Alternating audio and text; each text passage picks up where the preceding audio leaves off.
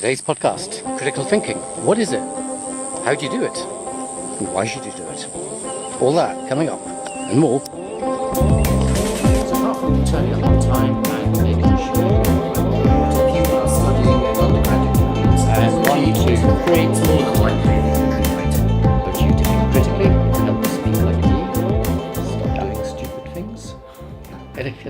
Hello, and welcome to this podcast on critical thinking, giving you an introduction to critical thinking.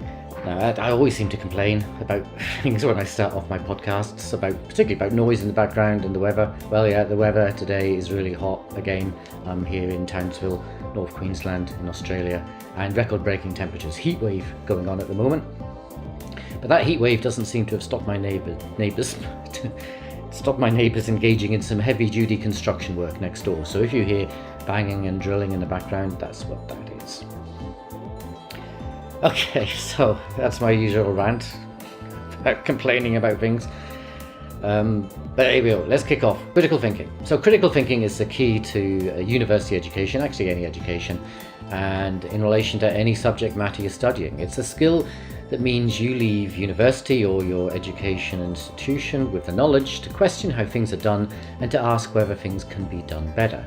Whether you're an engineer, a social worker, a legal advisor, or a psychologist, whatever profession you end up in, your degree should enable you to join that profession and ask whether what that profession does is good enough and ask if it can do better.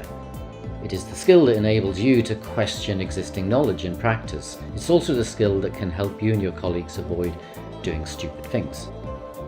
Critical thinking is really important because it stops people like me doing really stupid things. So what is it? Well, first of all, we tell you, excuse me, frog in my throat. Not a literal one. I don't eat frogs. Let me tell you what it's not. It's not about being cynical. It's not about being pessimistic. It's not about being miserable, and it's not about being disagreeable. By the way, me complaining about the weather, about the noise outside, all of that, it's not critical thinking. That is me being miserable. Now, let me tell you what it is. Critical thinking is all about being curious. It's about taking people's ideas seriously, and it's about being socially responsible.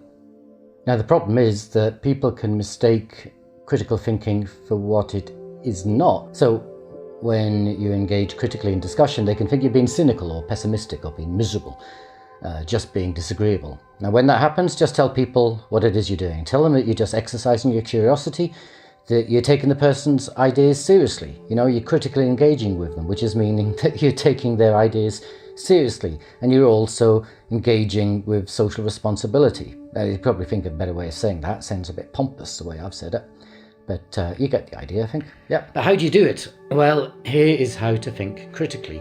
Number one, when someone says something is true, or some way of doing something is the right way of doing it, what you need to ask is, what's your evidence for that claim? Yeah? What's the evidence that supports your claim that this thing you say is true? What sort of evidence is it? How strong is that evidence? Are there any flaws in that evidence? Now, your training in research methods is really important here because it'll help you detect poor quality research, which leads to poor quality data, which leads to poor quality evidence. The second question is to ask if there's any evidence that this thing you say is true might not be true. And how strong is that evidence? Again, your training in research methods is important here. And what you're doing is asking about the strength of the counter-argument. The person who's making an argument should have recognized and understood the counter-arguments. And if they don't, they need to go away, look at the counter-arguments to be sure that their argument is stronger than the alternative arguments. The third question to ask is, what is the nature of the argument that's being made? What are the assumptions behind the argument? Often an argument contains hidden assumptions, undisclosed assumptions, and they need to be brought out into the open and discussed. There's a nice little video about this that I'll include in the description, in the notes to this video. Now, it's important to examine the nature of the argument because often some things are said that can be open to different interpretations, and you need to be sure that your interpretation is the same as the interpretation of the person making the argument. So saying something is scientifically proven means different things to different people. Ask the person what they mean by scientifically proven. And also look to see if there are any flaws in the argument that are being made. Look for weak arguments. Again, lots of great sites on this, got great websites on how to identify strong and weak arguments. A lot of this is about logical fallacies. Again, I'll put some links in the description underneath this video. But if you ask me, if you want me to do a podcast on this, ask me, leave a comment, and I'll see what I can do. The final question to ask is, not the final, there's 2 more to come. So penultimate question to ask is, whose interests are being served by us believing this thing to be true? So, I'll give you an example. They used to say that smoking was good for you. Who do you think said that? Well, it was the tobacco industry. Now, do you get it? Of course they'd say that. You know, they'd say smoking is good for you because they want you to buy cigarettes. So that's what you need to do when you're engaging in critical thinking. So see whose interests are being served by the arguments that have been put forward. The final thing to look at is, what are the implications of us believing this thing to be true? When someone makes an argument and they want us to believe something to be true, what are the implications of us believing that thing to be true? Now, there's a terrible example in psychology where some psychologists argued that black people are less intelligent than white people. It's a dreadful argument. The evidence is really weak. I mean, the evidence is just not there. It's methodologically flawed. When you're engaged in discussion with those psychologists, thankfully there are not many of them nowadays, but when you're engaged in discussion, they'll argue that their evidence is strong. You know, they'll just say, look, it's in the genetics or something. They'll argue their evidence is strong.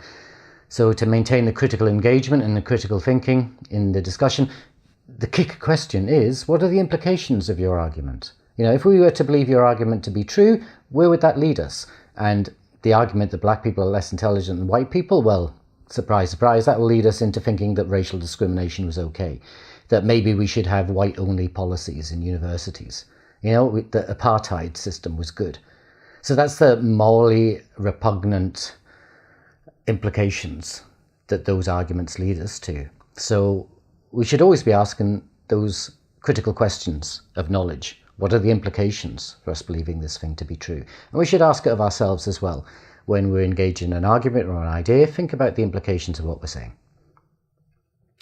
Okay, now the last 2 points there are really about social responsibility. You know, when you ask whose interests are being served by a particular argument, or what the implications are of us believing a particular argument to be true, it's all about social responsibility, in particular being alert to the danger of an argument or an idea leading to social harm.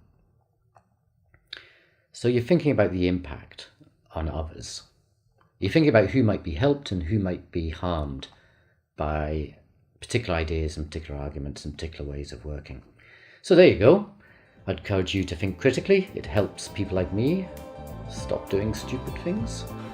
And it can be of real benefit wherever you work. So, until next time, ta-da.